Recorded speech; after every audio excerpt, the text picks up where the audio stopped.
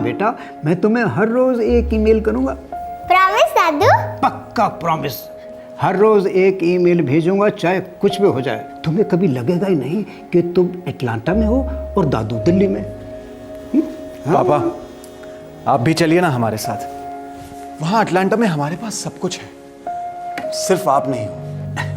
बेटा मेरा सब कुछ यहाँ है, सिर्फ तुम लोग नहीं हो। लेकिन मैं तुम्हें यहाँ रहने के लिए कतई नहीं कर रहा हूँ बेटा। अमेरिका तुम्हारा भविष्य है और ये घर मेरा वर्तमान है बेटा। पापा अब इस घर में बचा ही क्या है? माँ की कुछ यादें? यादें सिर्फ नहीं होती, सांसें होती हैं, और जो पीछे रह गया उसे जिंदा रखती हैं। ये घर, ये मोहल्ला, यहाँ के लोग, यहाँ का हर पेड़ मुझे तुम्हारी माँ से जोड़े रखते हैं। पर पापा आप 6 महीने के लिए तो हमारे साथ आके रह ही सकते हैं, और फिर आपका तो यूएस का 10 साल का वीज़ा भी लग चुका है। बहू, मेरी जिंदगी की शाम में सूर्य कभी भी ढल सकता है और मैं पश्चिम में ढलना नहीं चाहता। मुझे इस ही मिट्टी से विदा लेनी है। कम ऑन पापा, आप अगले 20 साल तक कहीं नहीं जा रहे हैं। डॉक्टर त्रयान ने कहा है that you are absolutely fit. लेकिन बस आपको अकेले छोड़कर जाने में मुझे डर लग रहा है। डर? किस बात का डर?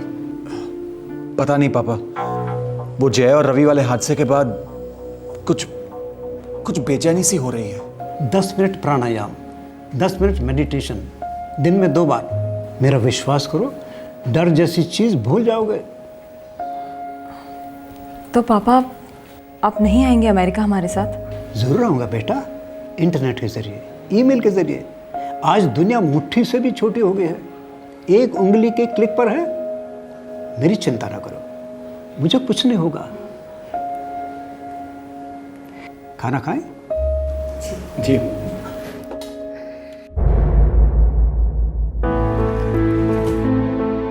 दादू आप मेरे बर्थडे पर तो आओगे ना? आओगे ना दादू? हाँ बेटा, आऊंगा। Double promise?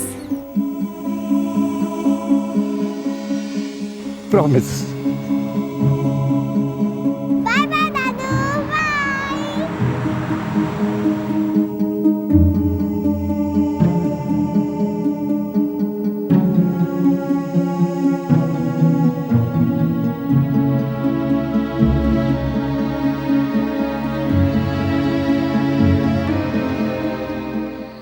मैं कब से जाग रहा हूँ, बस एक शहर के लिए। मैं कब से जाग रहा हूँ, बस एक शहर के लिए। दिल आज उनके ही दीदार को तरसता है, दीदार को तरसता है। बहुत याद आती है तुम्हारी। कहीं दीदार को तरसता है। जिंदगी का पहाड़ चढ़ना किसी के लिए भी आसान नहीं होता। सारे परिवार की जिम्मेदारी, सबके भविष्य की प्लानिंग, अपने बुढ़ापे के लिए बचत, ये सब कुछ करने के बाद एक बूढ़ा आदमी क्या चाहता है? शांति, सुरक्षा, सुकून।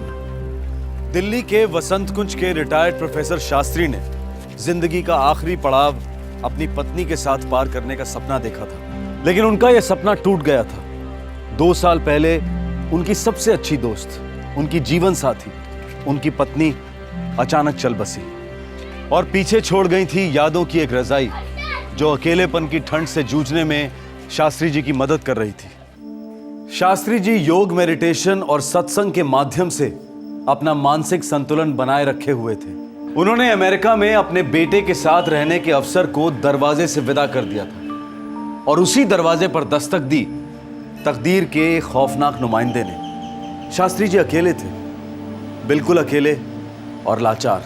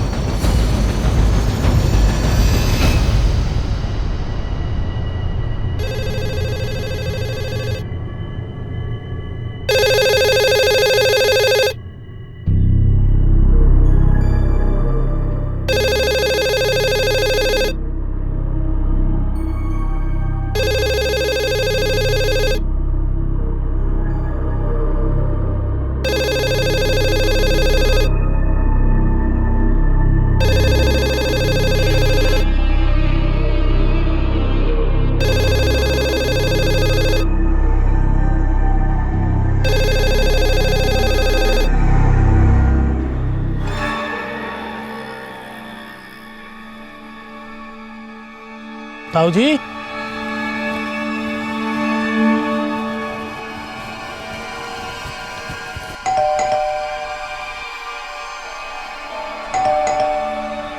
ताऊ जी, ताऊ जी,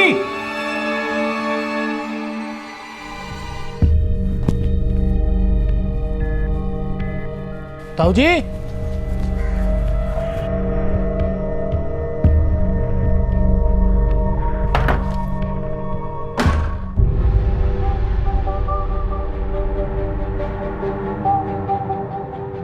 ताऊ जी,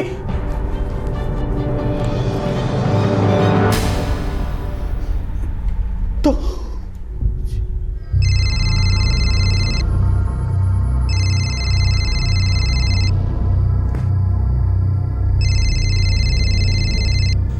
हाय अरुण, पापा कैसे हैं? सचिन भैया आप फौरन आ जाइए। वो ताऊ जी की डेथ हो गई है सचिन भैया। What? भैया मुझे लगता है कोई अटैक हुआ, ताऊ जी का मर्डर किया गया है। Oh my God! भैया मैं पुलिस को बुला रहा हूँ, आप बस फौरन आ जाइए।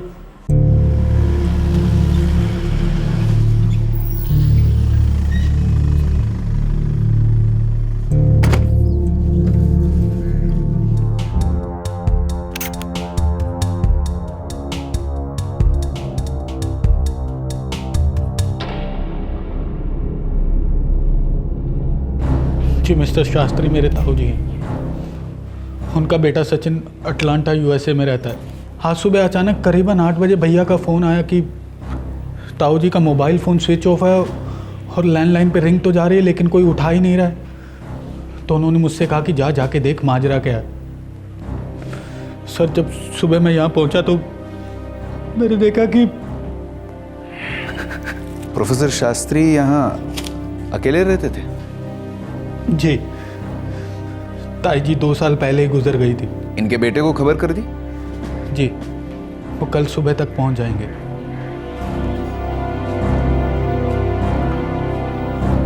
कभी खुखरी के साथ तो कभी कैंची के साथ। प्रोफेसर शास्त्री पर जब अटैक हुआ तब वो शायद कहीं बाहर से आए होंगे, क्योंकि ये मिट्टी किसी मैदान की लगती है। सर दरवाजा तोड़ने का निशान नहीं है, इसका मतलब हत्यारे जबरदस्ती घुसकर तो आए नहीं होंगे। शायद जान पहचान के ही लोग लगते हैं। डॉक्टर साहब इनकी मौत कितने बजे तक हुई होगी? यही कोई कल शाम के 5 और 6 के बीच में। नई दिल्ली का वसंत कुंज इलाका काफी अरसे से जुर्म की गिरफ्त में रहा है। कई खौफनाक मर्डर्स, लूट और चोरी के मामले रिपोर्ट हुए हैं। इसकी वजह से इलाके की सुरक्षा व्यवस्था पर एक बहुत बड़ा प्रश्न चिन्ह लग गया है, खासकर उन क्राइम्स के संदर्भ में जो सीनियर सिटीजन्स के खिलाफ हो रहे हैं।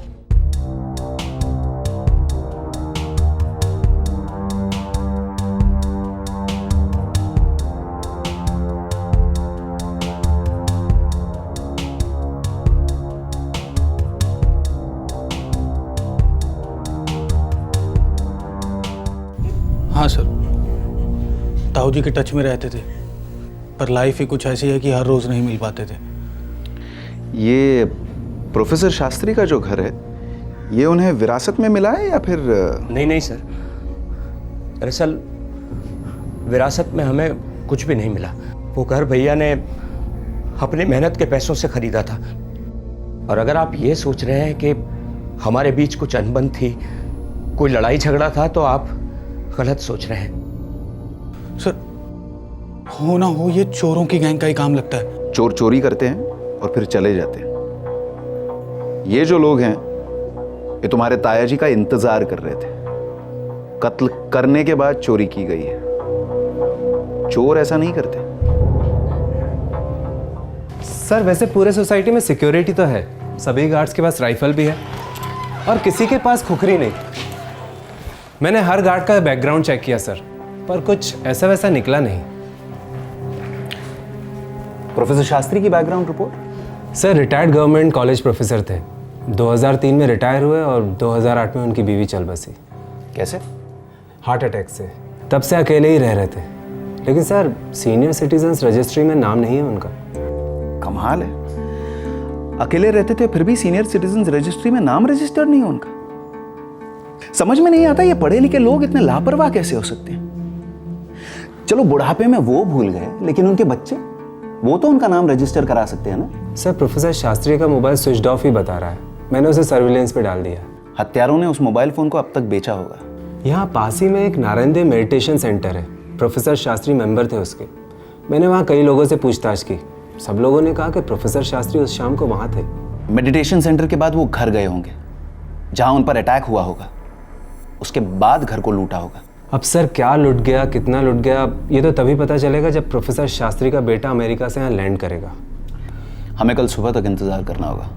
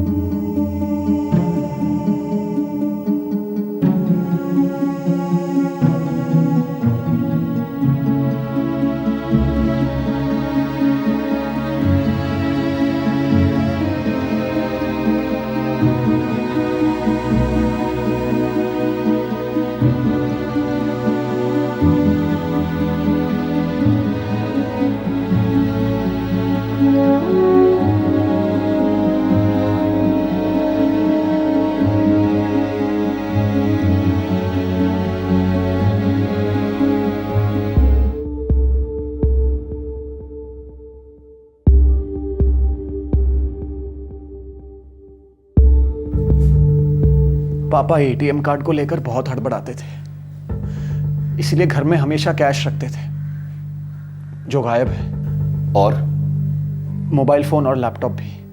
अलमारियों को चाबियों से खोला गया है, और ये अटैक तब हुआ जब आपके पिताजी घर के अंदर दाखिल ही हुए थे।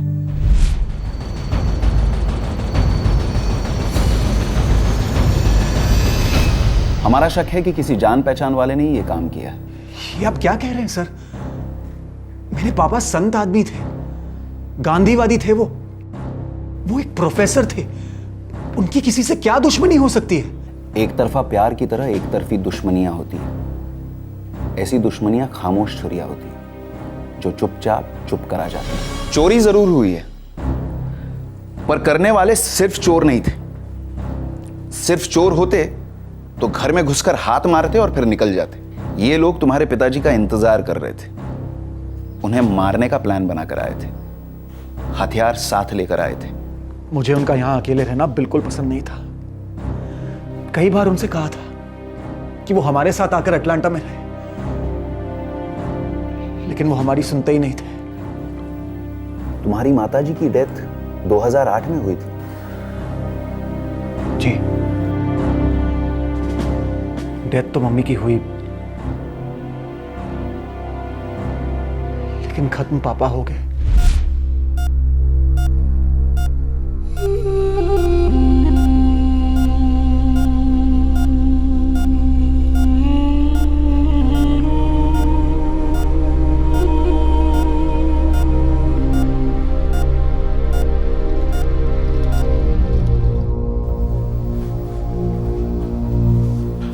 देखिए, इनको वेंटिलेटर पर 12 घंटे से ज्यादा हो चुके हैं और इंप्रूवमेंट के कोई आसार नजर नहीं आ रहे हैं। अब आप लोग उम्मीद न रखें।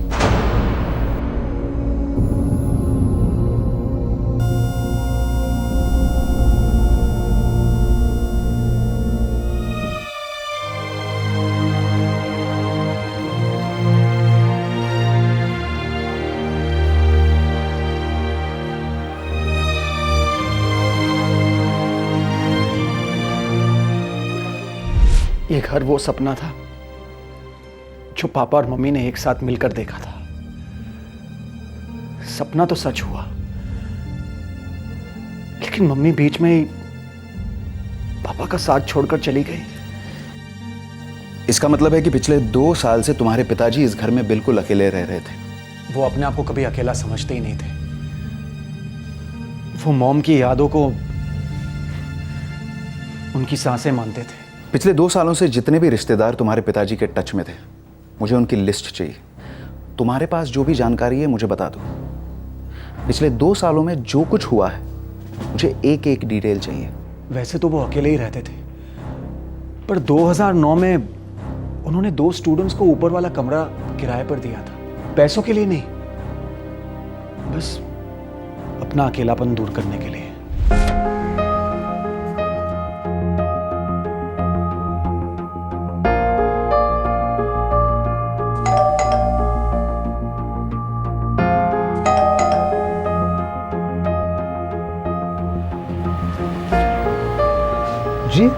जी आपका इश्तिहार देखा पेइंग गेस्ट के लिए। ये मेरा बेटा है जय, आईआईटी एंट्रेंस की तैयारी कर रहा है। अच्छी बात है। बेटा तुमने कोई कोचिंग क्लास ज्वाइन की है? जी ये पास में सक्सेस ट्यूटोरियल्स। गुड। वैसे आप लोग कहाँ के रहने वाले हैं? भोपाल, मेरे कपड़ों की दुकान है वहाँ पे। मेरी बेटी एमबीबीएस कर रही है भोपाल में ही, और ये इंजीनियरिंग पढ़ना चाहता है। आईआईटी का एम्बिशन बहुत अच्छा है, बहुत मेहनत है इसमें, और इसका फल भी बहुत मीठा होता है। तो क्या हम?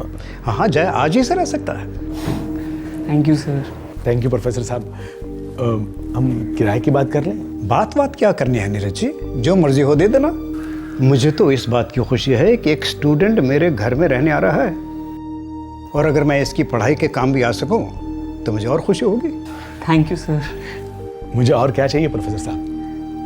देखिए मैं खुद ज़्यादा पढ़ लिख नहीं पाया, पर चाहता हूँ कि मेरे बच्चों को अच्छे से अच्छी तालीम मिले। और वो कहते हैं ना कि एक अच्छा प्राध्यापक मतलब एक अच्छा विद्यार्थी, और एक अच्छा विद्यार्थी मतलब एक अच्छा नागरिक, है ना सर? ये बात जून 2009 की है। ये दूसरा लड़का रवि, ये कौन था? वो अंकल। हाँ बेटा। अंकल ये रवि है मेरा क्लासमेट। नमस्ते अंकल। नमस्ते बेटा। कहाँ के रहने वाले आप? सर मैं यूपी से हूँ। अंकल इसकी फैमिली यूपी में रहती है, पर ये यहाँ पे अकेला हॉस्टल में रहता है, तो ऐसा हो सकता है कि ये हमारे साथ यहीं पे शिफ्ट कर जाए। ऑफ कोर्स बेटा, मुझे तो इस बात की खुशी है कि अब मेरे 2 यंग फ्रेंड्स हो गए हैं। Thank you uncle. Thank you so much uncle. Sachin, अकेलेपन का सवाल ही पैदा नहीं होता। एक तो मेडिटेशन सेंटर में ढेर सारे दोस्त बन गए हैं, और घर में एक नहीं बल्कि 2 स्टूडेंट रहते हैं। उनको पढ़ाने में बहुत मजा आता है। मेरी चिंता न करो, मैं एकदम ठीक हूँ। Wow dad, that's great. लेकिन फिर भी आपकी फिक्र तो होती रहती है ना, आपका खाना पीना, आपकी दवाइयाँ। बेटा दवाइयाँ नहीं खाऊंगा तो ऊपर जाके तुम्हारी माँ की डांट खानी पड़ेगी। मम्मी आपसे बहुत प्यार करती थी ना। अरे बेटा, जो प्यार करते हैं वही तो डांटते हैं। मैं कॉलेज में स्टूडेंट को डांटता था, और घर में तुम्हारी माँ मुझे डांटती थी।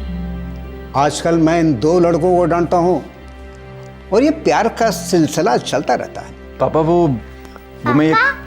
दादू है, मुझे भी दो ना। अच्छा, 1 मिनट। हाँ पापा। हेलो दादू, आप नए वाले स्टूडेंट्स को क्या पढ़ा रहे हो? मैं उन्हें गणित पढ़ाता हूँ, साइंस पढ़ाता हूँ। दोनों इंजीनियर बनने वाले हैं। लेकिन दादू मैं भी तो होशियार हूँ, मुझे भी कल्पना चावला की तरह एस्ट्रोनॉट बनना है। आप मुझे क्यों नहीं पढ़ाते हो? आप तो सिर्फ उन लोगों को ही पढ़ाते हो। बेटा तुम यहाँ पर आ जाओ, मैं तुम्हें जरूर पढ़ाऊंगा। दादू आप यहाँ आ जाओ ना, बहुत मजा आएगा। एक न एक दिन जरूर आऊंगा बेटा, तब तक तुम अपनी पढ़ाई जारी रखना। और जब तुम एस्ट्रोनॉट बन जाओ ना, तो अपने दादू को अपने स्पेसशिप में जरूर लेके जाना। ओके दादू, love you. Oh I love you too बेटा। 3-4 महीने तो बहुत अच्छे बीते। जब भी उन्हें फोन करता था बड़े खुश लगते थे। फिर एक दिन अचानक क्या हुआ सचिन? पापा ने जय और रवि को अपने घर से निकाल दिया। क्यों? वो उन पर बहुत नाराज थे। वजह? वो दोनों स्टूडेंट्स कुछ बुरी संगत में फंस गए थे। उन्होंने पापा के घर से कुछ चीजें भी चुराई थी। ये आप हमें अब बता रहे? ये दोनों लड़के जय और रवि ये कहाँ मिलेंगे? ये मुझे नहीं पता सर, मैं तो उन दोनों को जानता तक नहीं हूं। बस इतना पता है कि जून 2009 में वो दोनों पापा के पास आए और अक्टूबर में पापा ने उन्हें निकाल दिया। सर अब चल रहा है 2010, पूरे 1 साल हो गए सर। वो दोनों 1 साल के बाद प्रोफेसर शास्त्री का मर्डर करने क्यों लौटे? बदले की आग पीढ़ियों तक सुलगती है देव। अब ये दोनों 1 साल के बाद क्यों लौटे, ये तो हम उन्हीं से जान लेंगे। अगर इन दोनों ने प्रोफेसर शास्त्री की हत्या की है तो। सर मैं ज़्यादा तो नहीं जानता, बस इतना पता है कि जय भोपाल को बिलोंग करता था। ये दोनों लड़के 5 महीनों तक आपके बूढ़े और अकेले पिताजी के साथ रहे और आपको इन दोनों के बारे में कुछ भी नहीं पता।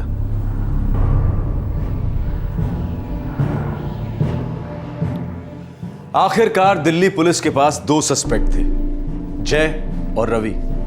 वो 2 स्टूडेंट्स जो प्रोफेसर शास्त्री के घर में रह रहे थे और जिन्हें प्रोफेसर शास्त्री ने घर से निकाल दिया था।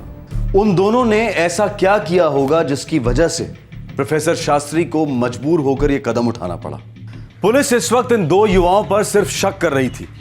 उनके खिलाफ कोई ठोस सबूत नहीं था और ना ही कोई ऐसा था जो पुलिस को इन दोनों के बैकग्राउंड के बारे में इंफॉर्मेशन दे सके। सर मैं इन दोनों को पहचान सकता हूँ क्योंकि मैं मिला हूँ इन लोगों से, लेकिन इनकी कोई फोटोग्राफ्स नहीं है मेरे पास। मेरा मतलब है इनकी फोटोग्राफ्स मेरे पास क्यों होंगी सर? तो फिर उनके सेल नंबर्स, कोई और इन्फॉर्मेशन, कुछ भी? सॉरी सर, ऐसा कुछ भी नहीं है। सर मैंने प्रोफेसर शास्त्री के टेलीफोन रिकॉर्ड्स मंगवाए, लेकिन सर पूरे 1 साल के तो रिकॉर्ड्स नहीं मिल सकते। और वैसे भी उन दोनों लड़कों ने साल भर पहले ही ये घर छोड़ दिया था।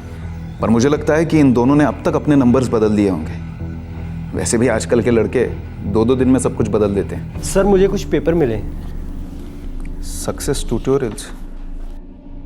ये दोनों शायद इसी कोचिंग क्लासेस में जाते थे। सर सक्सेस ट्यूटोरियल्स की काफ़ी ब्रांचेज हैं यहाँ वसंत कुंज में।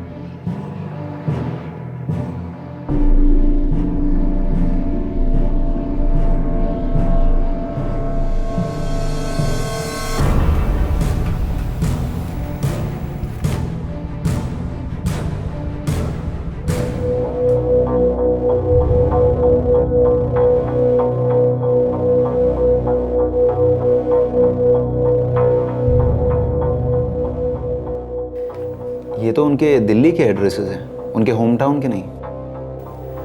फोटोग्राफ्स नहीं है आपके पास? सॉरी सर, फोटोग्राफ्स नहीं है। नहीं है मतलब रखते नहीं?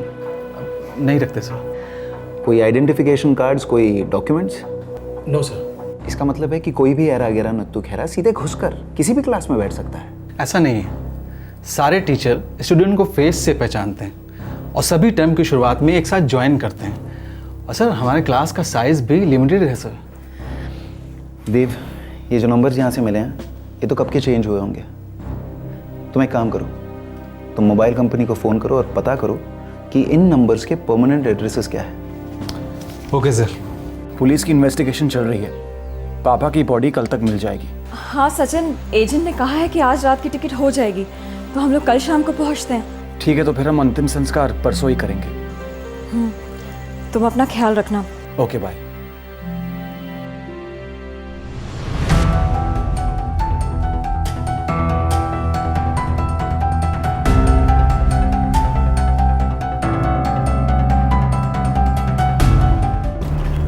सर जैसा आपने कहा था ये दोनों सेल नंबर्स बहुत पहले ही डीएक्टिवेट कर दिए गए थे। प्रीपेड कार्ड से सर एड्रेसेस मिलना बहुत मुश्किल है। प्रोफेसर शास्त्री का बेटा सचिन कह रहा था कि ये दोनों लड़के प्रोफेसर शास्त्री के साथ 5 महीनों तक रहे। प्रोफेसर साहब का भतीजा अरुण जो है वो भी इन लोगों से मिला था। उन लोगों की कई बार बात भी हुई थी, पर अजीब है कि इन लोगों के पास उन दोनों का एक भी फोटोग्राफ नहीं। सर प्रोफेसर शास्त्री ने अखबार में इश्तिहार दिया था पेइंग गेस्ट के लिए। देव, इस अरुण के सारे फोन रिकॉर्ड्स मंगवाओ। सचिन का यूएस का नंबर है, लेकिन वहां से रिकॉर्ड्स मंगवाना आसान नहीं होगा। सर सचिन शास्त्री जी का सगा बेटा है और अरुण उनका भतीजा। हमारे पास किसी के खिलाफ कोई ठोस सबूत नहीं है, इसलिए सब पर शक करना बनता है। और ये जय और रवि पर तो हमें सबसे कम शक होना चाहिए, क्योंकि ये दोनों तो 1 साल पहले ही शास्त्री साहब के घर से निकल गए थे।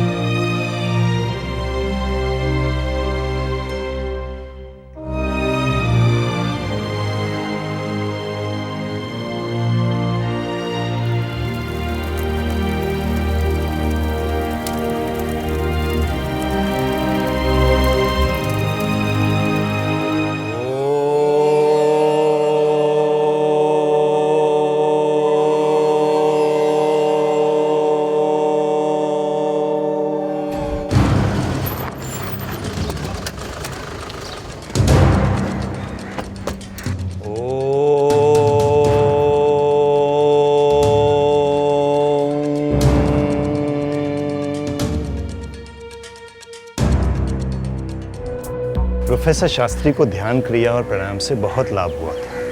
लंबी बातें होती थी उनके साथ। इन लंबी बातों में क्या कभी उन्होंने किसी परेशानी का जिक्र किया? मेरा मतलब है किसी के साथ कोई झगड़ा या फिर कोई अनबन?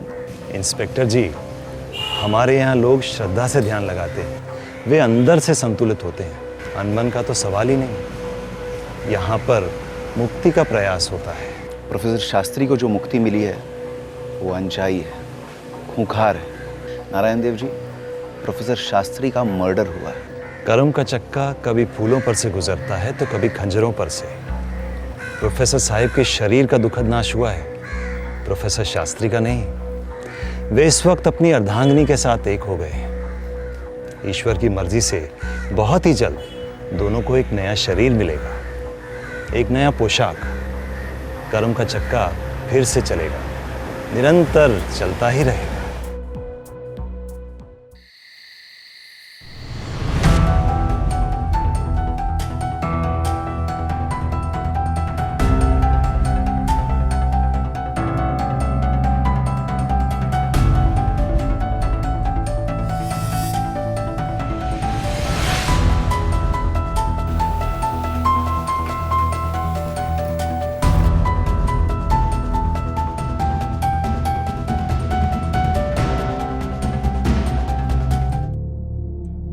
मैंने जय के साथ इस सोशल नेटवर्किंग साइट पे इंटरेक्ट किया था कुछ 3-4 बार।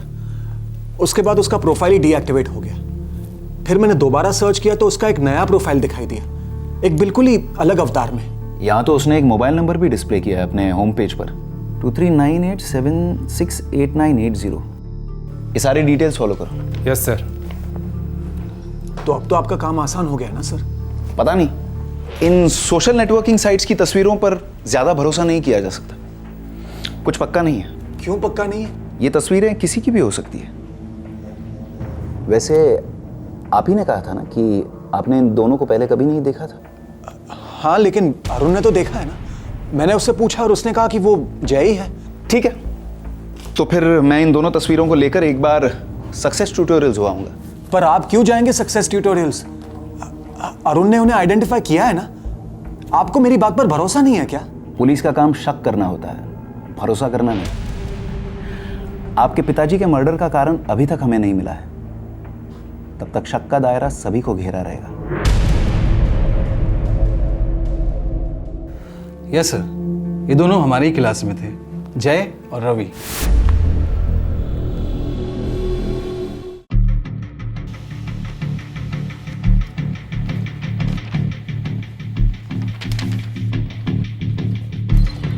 सर, जय के सेल रिकॉर्ड्स।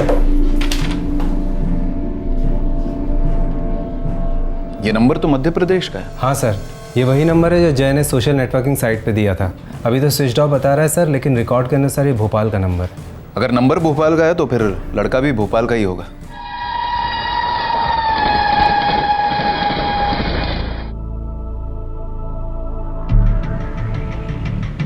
सर, लगता है कि प्रोफेसर शास्त्री का लड़का सचिन इन्वॉल्व नहीं है इसमें। इतनी जल्दी बेगुनाही का सर्टिफिकेट नहीं दे सकते उसे।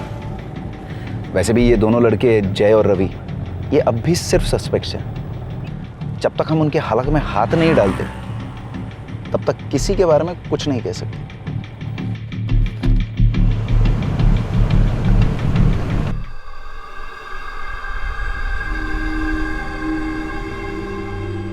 यू मेक श्योर कि ये सब हो जाए। जी भैया। सचिन, प्रिया क्या बोल रही है? तुम हमारे साथ नहीं आ रहे हो? हाँ, मैं नहीं चल सकता। पर क्यों? मेरा यहाँ रहना बहुत जरूरी है। तुम प्रिया को लेकर अटलांटा चली जाओ। उसका स्कूल नहीं मिस होना चाहिए। वैसे भी काफी दिन मिस हो चुके हैं। नहीं सचिन, तुम मुझे अभी बताओ कि बात क्या है। भाभी, पुलिस ने सचिन भैया से कहा है कि जब तक ताऊ जी के किलर्स नहीं मिल जाते हैं वो दिल्ली छोड़कर नहीं जा सकते हैं। What nonsense is this? और ये कैसा कानून हुआ? सचिन, तुम्हारे यहाँ रुकने से किलर कैसे पकड़े जाएंगे? तुम समझते क्यों नहीं हो डैम इट? पुलिस मुझे किलर समझ रही है।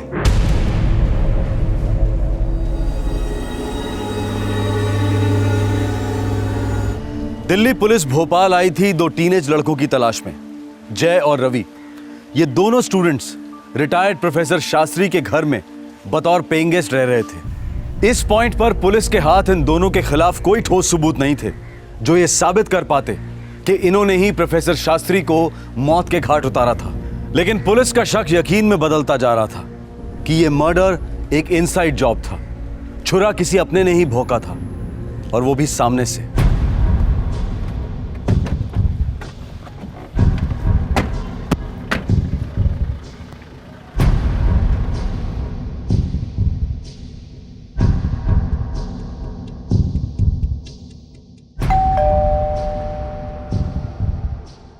क्या प्रोफेसर शास्त्री का मर्डर हो गया?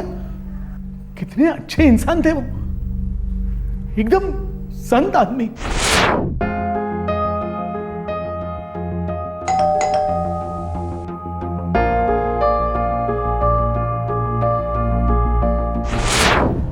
आपका बेटा जय हमें कहां मिलेगा?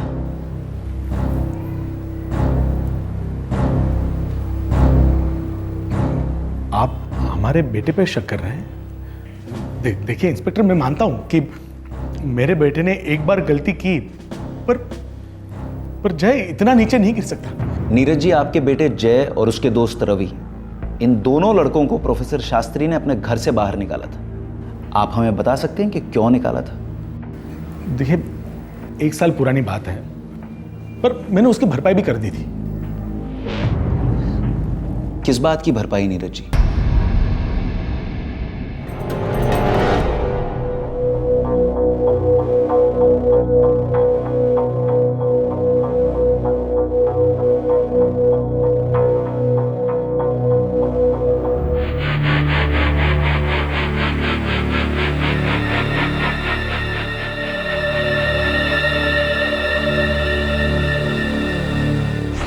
बेटा, इनके बिना भी महफिल बहुत खूबसूरत जमती है। हमारे मेडिटेशन सेंटर में आके देखो, वहाँ का नशा ही कुछ और है। और फिर बेटा, ये बोतलें इस कपट में बहुत सी जगह खा जाती हैं। ओके पापा, ओके। आइंदा से ये नहीं लेकर आऊंगा आपके लिए, और ये सारी बोतलें एक एक करके मैं ही खत्म करूंगा, ठीक है? Happy now? पता नहीं ऐसा क्या है शराब के नशे में।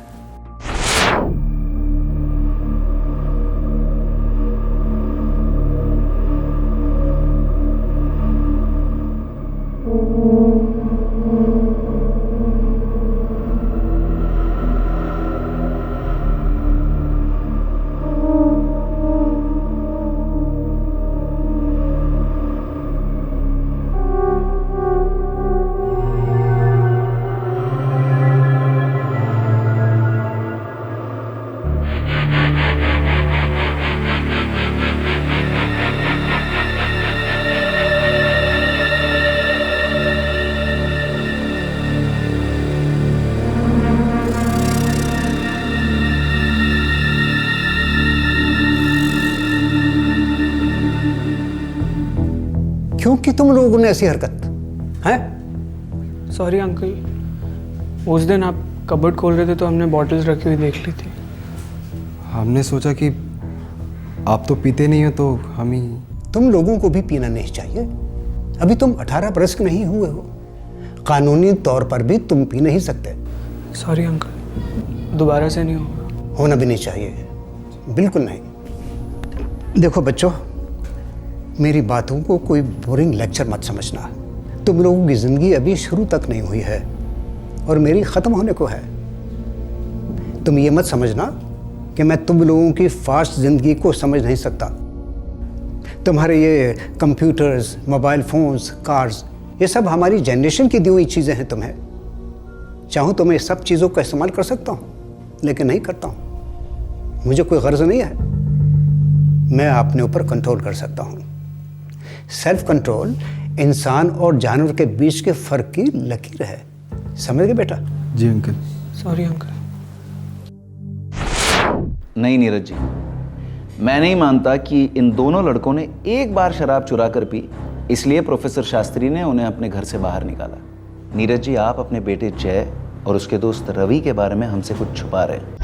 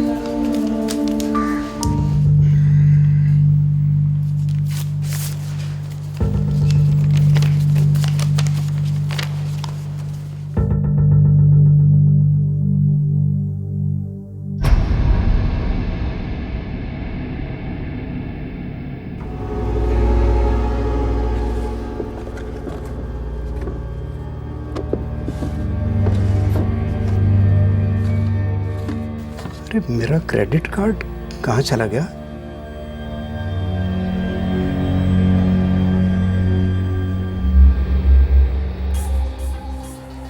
तुम लोगों ने मेरा क्रेडिट कार्ड चुराया और 1 लाख रुपए के ऊपर खर्च किए। किस पर खर्च किए?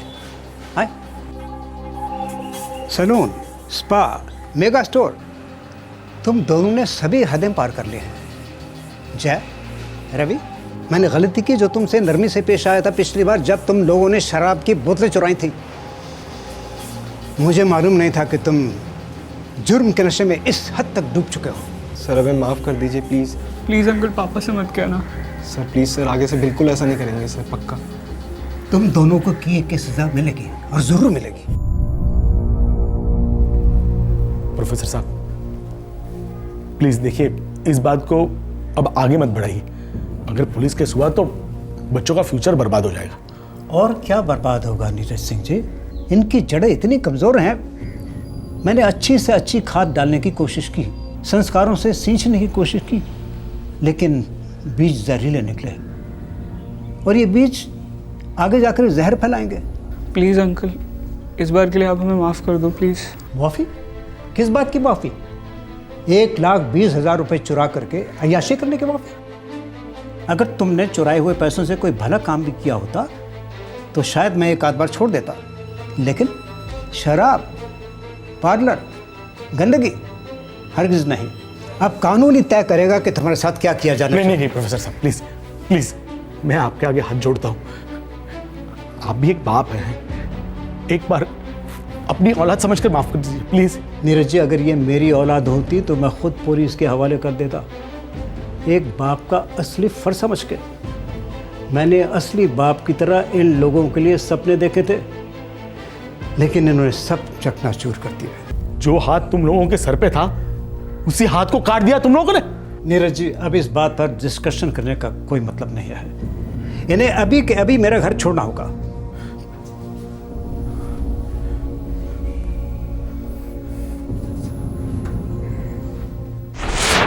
मैं जय को भोपाल वापस ले आया, सोचा यहीं से उसे इंजीनियरिंग करवाऊंगा, पर इंस्पेक्टर मैंने देखा कि वो मेरे हाथ से निकल चुका था। अपनी जिद पे अड़ा रहा कि उसे दिल्ली से ही इंजीनियरिंग करनी है और दिल्ली लौट गया। मतलब जय अभी दिल्ली में? गुड़गांव में, मेरे चाचा का लड़का रहता है वहाँ। मोबाइल स्विच ऑफ है उसका। 2 दिन से हम लोग भी ट्राई कर रहे हैं, लेकिन मोबाइल उसका स्विच ऑफ दिखा रहा है। प्रोफेसर शास्त्री के मर्डर को भी 2 ही दिन हुए। देखिए इंस्पेक्टर साहब, मैं मानता हूं कि मेरे जय में कई ऐब हैं, पर दरअसल गलती मेरी ही है। मैंने उसे हद से ज्यादा प्यार किया, लाड दिया, पर यह मैं दावे के साथ कह सकता हूं इंस्पेक्टर कि जय किसी को मार नहीं सकता, कभी नहीं। नीरज जी, हमें जय का गुड़गांव वाला पता चाहिए।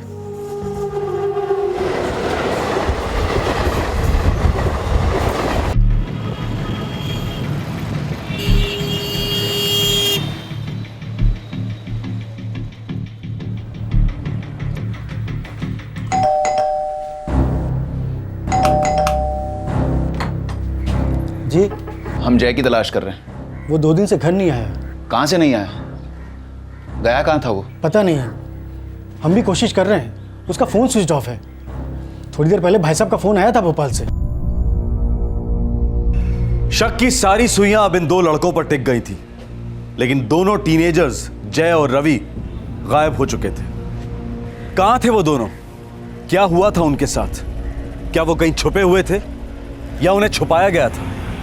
ऐसे कई सवाल उठ रहे थे और इनके जवाब आसानी से नहीं मिल रहे थे। 2 भटके हुए टीनेजर्स को मकान मालिक प्रोफेसर शास्त्री अपने घर से बाहर निकाल देता है। उन दोनों में बदले की आग सुलगती है, पर यह आग पूरे 1 साल तक क्यों सुलगती रही? सर, आग बबूला होने का मौका नहीं मिला होगा। शायद 1 साल बाद टाइम ठीक था। 1 साल बाद टाइम सही क्यों था देव? ऐसा क्या खास था इस दिन के बारे में? सर, मुझे यहां और कितने दिन तक रुकना पड़ेगा? मेरा अटलांटा जाना बहुत जरूरी है। जय और रवि का पकड़ा जाना भी जरूरी है। वो दोनों लड़के पकड़े जाए, वो अपना मुंह खोले, उसके बाद ही कुछ कहा जा सकता है।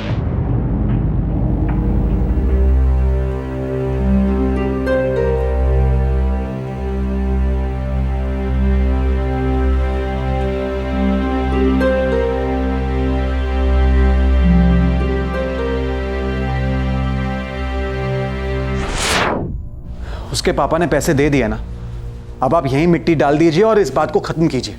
आगे बढ़ाने में मतलब नहीं है। बेटा सवाल पैसों का नहीं है, सवाल है नियति का, जो ये दोनों अपने हाथों से दुश्वार कर रहे हैं। पापा, आपने उन्हें वही संस्कार दिए जो मुझे दिए थे, उन पर असर नहीं हुआ। ऐसा होता है पापा। ऐसा क्यों होता है बेटा? माँ बाप भी सोचो, जो अपनी औलाद से उम्मीदें लगाए बैठे हैं। आम लोग अपने बच्चों की खुशी के लिए जिंदगी की आहुति दे देते हैं। आई अंडरस्टैंड पापा, लेकिन इस बात के लिए आप इतना स्ट्रेस क्यों ले रहे हैं? आपकी हेल्थ के लिए अच्छा नहीं है। बेटा इस तरह की हरकत तो किसी की हेल्थ के लिए भी अच्छा नहीं है, खास तौर पर समाज की हेल्थ के लिए। अब आप ओवर एग्जैजरेट कर रहे हैं। उन दोनों की हरकतों से देश का कुछ बिगड़ने वाला नहीं है। आप ऐसा सोचिए कि आपने अपनी फ्रूट बास्केट में से 2 सड़े हुए सेब निकालकर बाहर फेंक दिए। हाँ बेटा, मैंने दोनों सड़े हुए सेबों को बाहर निकाल के फेंक दिया, लेकिन जिंदगी भर ये दुख लगा रहेगा कि मैं उन सेबों के अंदर की सड़ा नहीं निकाल सका और बचा नहीं पाया। बेटा ऐसा कभी होता है क्या पापा? सड़े हुए सेबों की अपनी किस्मत होती है।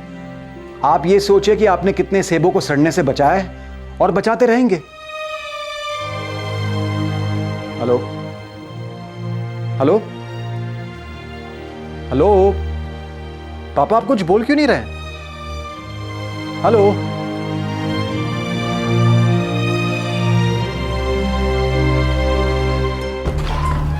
सर, बड़ी मुश्किल से प्रोफेसर शास्त्री का क्रेडिट कार्ड स्टेटमेंट मिला है बैंक से। 1 साल पुराना है। ये पुराना स्टेटमेंट हमारे लिए नया क्या पेश कर रहा है? सर, ये एक जगह की तरफ इशारा कर रहा है जहाँ इसका इस्तेमाल बार बार हुआ है, और हो ना हो ये उन्हीं लड़कों का काम है।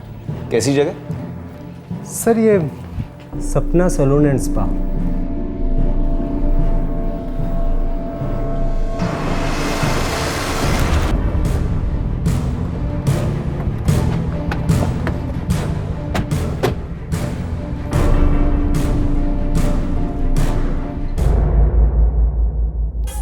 हाँ, इसको मैं जानती हूँ। इसका नाम जय है सर। ये हमारे स्पा में हर दूसरे दिन आता था मैनिक्योर पेडिक्योर के लिए। और ये कभी कभी जय के साथ आता था, लेकिन इसके बारे में मुझे कुछ नहीं पता। ये जय हमें कहाँ मिलेगा सपना? अब सर, किसी कस्टमर की पर्सनल लाइफ के बारे में मैं कैसे जान सकती हूँ? कोई पर्सनल रिश्ता तो जुड़ा ही होगा, जवान लड़के हैं। हाँ, एक पर्सनल रिश्ता तो था। हमारी स्पा में एक लड़की काम करती थी। नाम बोलिए। उसका नाम नेहा था sir.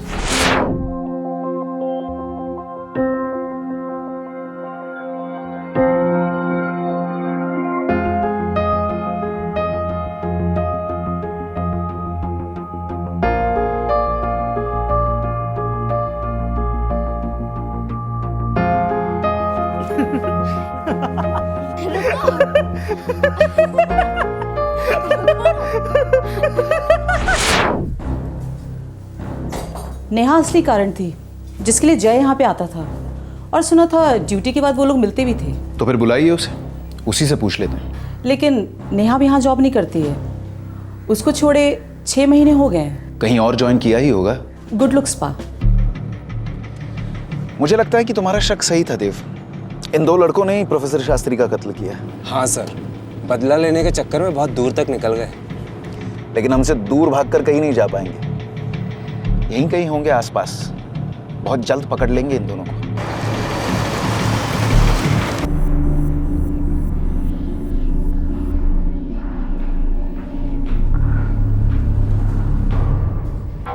Excuse me, Neha please come. Excuse ma'am.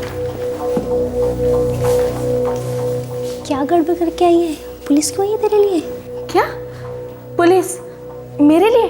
नहीं तो मेरे लिए। जा देख और जल्दी से निपटा के आ, जब तक मैं यहाँ देखती हूँ।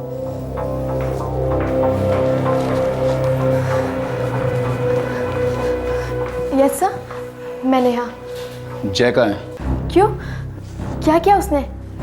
वो तो जय खुद तुम्हें बताएगा। कहाँ है वो? वो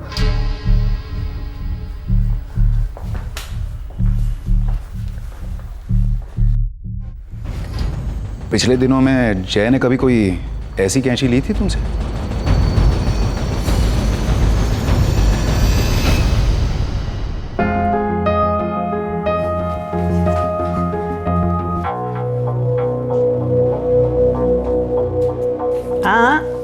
आज से कैंची मेरी। क्यों? बस चाहिए। बोर ना करो, बोलो ना क्यों चाहिए। बस चाहिए। मैडम रोज शाम को सब कुछ चेक करती हैं, सीजर्स भी। अगर कुछ भी कम हुआ ना तो सीधे सैलरी काटती है। बोल देना गुम गई। और कितना काटेगी? मैं देता हूँ ना तेरे को पैसे। हाँ, पर बोलो ना क्यों चाहिए। उस कैंची से किसी की जान ली जा सकती है, ये बात तुम अच्छी तरह से जानती हो ना? नहीं नहीं सर, मुझे इस बारे में कुछ नहीं मालूम। उसने कैंची के पैसे तो तुम्हें दे दिए, पर खून करने के पैसे उसे किसने दिए नेहा? नो सर, उसने मुझे कोई पैसे वैसे नहीं दिए, बस कैंची ले गया। और मुझे ये भी नहीं मालूम कि उसने कैंची के साथ क्या किया। मैं सच बोल रही हूँ सर। वो कैंची हमारे पास है, सिर्फ जय हमारे पास नहीं है, और उसका वो दोस्त रवि। वो दोनों? देखो नेहा, तुम जितना ज्यादा वक्त लोगी उतना ज्यादा फंसोगी। वो दोनों मेरे घर पे है सर। कब से? 3 दिनों से है।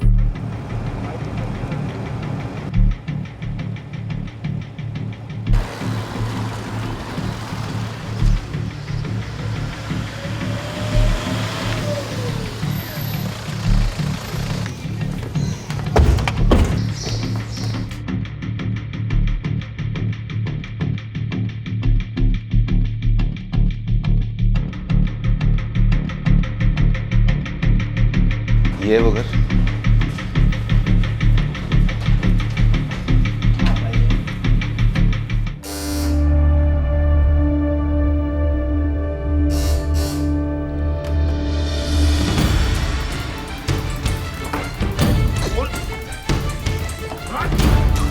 रवि, पुलिस!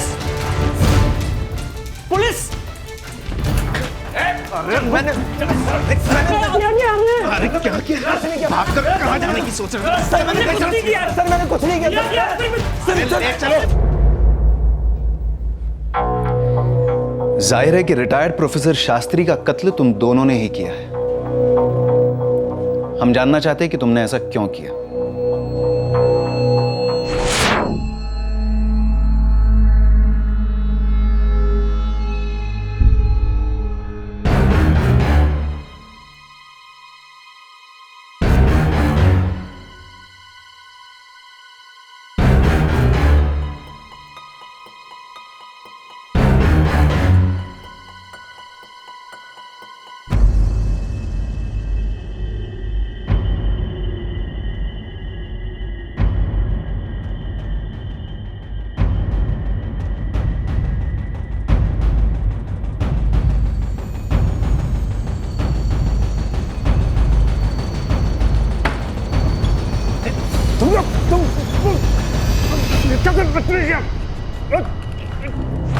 पूरे 1 साल के बाद लौटे तुम दोनों, सिर्फ प्रोफेसर शास्त्री का कत्ल करने?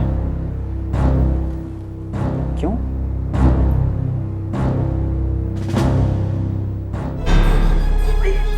क्या करो तुम लोग?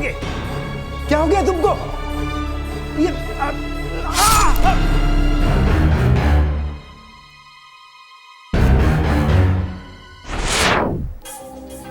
गलती उसकी खुद की थी सर। उसकी वजह से हमारे घर से पैसे आने बंद हो गए थे। उसने सबके सामने हमारी इतनी इंसल्ट की, अब तक हमसे कोई ठीक से बात नहीं करता है। नाक में दम कर रखा था बुड्ढे ने। उसकी शक्ल याद आती है तो खून खौलने लगता है मेरा। क्रेडिट कार्ड वाला मामला इतना सा था, कितनी बार सॉरी बोला हमने। उसके बावजूद इतना बढ़ा चढ़ा के ढिंडोरा पीटा उसने। तुम दोनों ने सिर्फ अपना गुस्सा निकालने के लिए प्रोफेसर शास्त्री का मर्डर किया? जो उसने हमारे साथ किया उस हिसाब से हमारा गुस्सा बहुत जायज था। और वैसे भी उसे पैसे की क्या जरूरत थी? 4 आने का खर्चा नहीं था उसका, ना कोई शौक ना कुछ। वो बंदा जीरो था सर, जीरो। और उसका कोई था नहीं सर, किसी को उसके पैसों की नहीं पड़ी थी। हमने इंटरेस्ट लिया, खर्च किए तो उसने नौटंकी शुरू कर दी। उसके साथ जो भी हुआ ना, उसी की वजह से हुआ। हम नहीं तो कोई और सही, उस बुढ़े को तो जाना ही था ना। काश तुम दोनों इतने अंधे नहीं होते। काश तुम दोनों को दिखता कि वो फरिश्ते जैसा आदमी तुम दोनों की जिंदगियों को पंख देने की कोशिश कर रहा था, ताकि तुम दोनों आसमान की तरफ उड़ो, ये नहीं कि गंदे दलदलों में धंस जाओ। काश तुम में थोड़ी सी तमीज होती, थोड़ी सी इंसानियत होती, खुदा का खौफ होता। सचिन शास्त्री ने अपने पिताजी से ठीक ही कहा था, तुम दोनों सड़े हुए सेब हो, मदद से परे हो। ले जाओ इन दोनों को। चलो चल चल चल।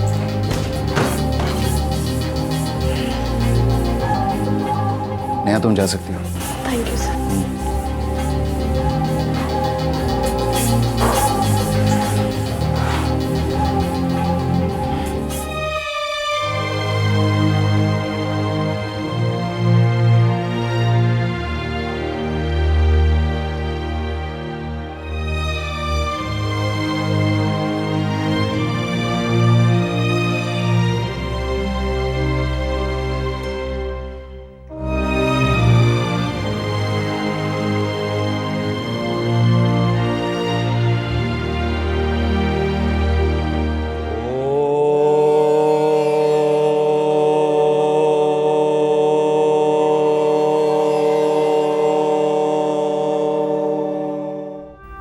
हमारे जय ने प्रोफेसर साहब का खून नहीं किया,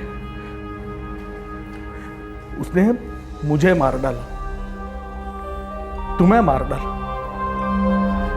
हमारे पूरे खानदान को मार डाला।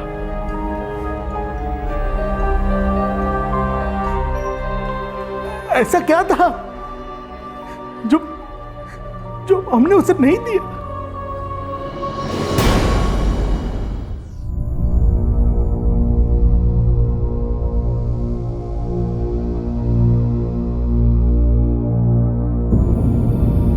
जय और रवि कानूनी तौर पर नाबालिग हैं, इसलिए उन्हें जुवेनाइल होम भेजा गया है।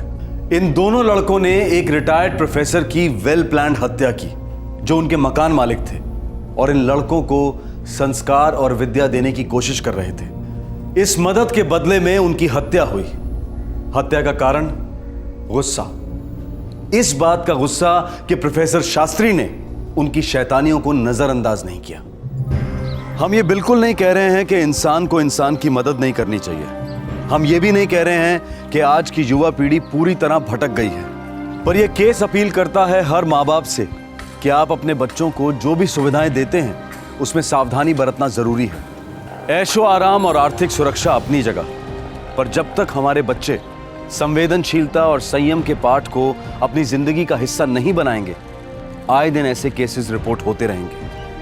प्रोफेसर शास्त्री की हत्या एक दस्तक है कि हम एक ऐसे जमाने में जी रहे हैं जहां जिंदगी इच्छाओं के इशारे पर थरकती है। यहां संतुलन की बेहद जरूरत है, वरना लालच का तांडव इस समाज की नींव को तहस नहस कर सकता है। आपसे फिर मुलाकात होगी क्राइम पेट्रोल दस्तक के एक और चौंकाने वाले केस में। तब तक अपना ख्याल रखें, सुरक्षित रहें। जय हिंद। क्राइम पेट्रोल के और भी दिलचस्प कहानी देखने के लिए हमारे चैनल को सब्सक्राइब करें और बेल आइकॉन दबाना न भूलें।